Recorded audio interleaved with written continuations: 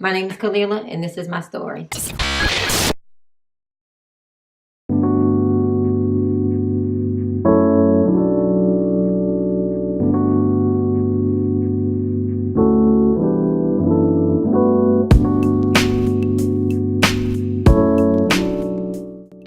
I was born and raised here in Washington, D.C. Two siblings that grew up with me.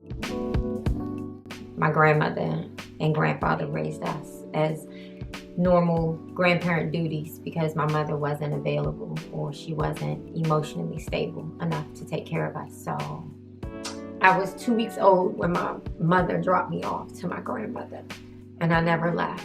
My mom never came back to get me or my sisters and brother.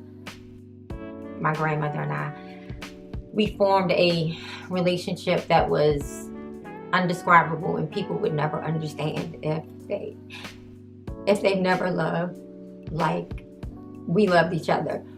It's just different, and I can't really put it into words. Being raised by my grandmother, she was a praying woman, and she always told me that prayers don't expire, and that's what keeps me today. Her prayers from birth until now. July the 9th, 2015, I woke up as normal to go and open the door for our nurse that took care of my grandmother. When I opened the door, I looked into my grandmother's bedroom, and my grandmother was unconscious. My grandma's been sick before, so I knew that she would get better, but this time it felt different. It felt extremely different. And watching her and watching the ambulance and people come and work on her, it was different. When we got to the hospital, they started running tests and they couldn't figure out what was wrong with her. And lo and behold, she had a urinary tract infection, but I didn't realize how bad urinary tract infections were for elderly. My grandma was 92 years old, and it was bad. Seeing her that day felt as if I knew that God himself had touched me to try to prepare me that she wasn't going to be here much longer. She pulled through, but 2 weeks later, she got sicker, and we had to put her into a nursing care facility for rehabilitation.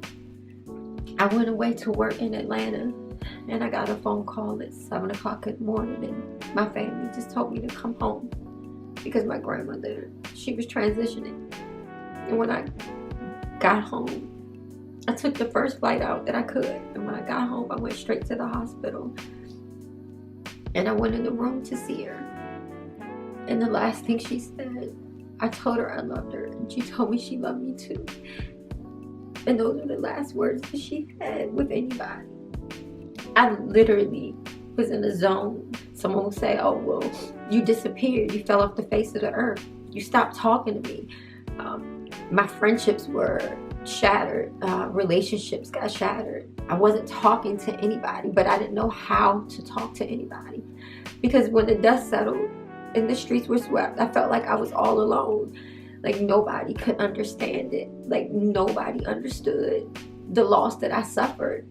And sometimes I think maybe I loved her too much, or maybe I didn't love her enough to let her go. And I know it's God's will and his design that we move on and we get past things, but what do you do when the love of your life leaves? Like, how do you cope? How do you make it better? That's how I pushed, and I started my nonprofit. And every day, whether I'm on duty or off duty, serving other people is what makes me happy. That's when I found my joy.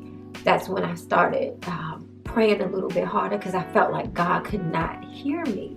He started answering my prayers. I started telling him what I wanted. I started telling him what I needed. And he said if we called him out on his word, that he would supply. And that's what he's done. And my nonprofit supplies things for people that I would have never imagined I'd come in contact with. Men, women, children. I volunteer a lot more. I step out of my comfort zone. Even doing this interview today is out of my comfort zone. I don't like to be in front of the camera per se. I'm the person that wants to do the work, and now I understand that doing the work also is going to cause me to come out of my comfort zone, and here I am.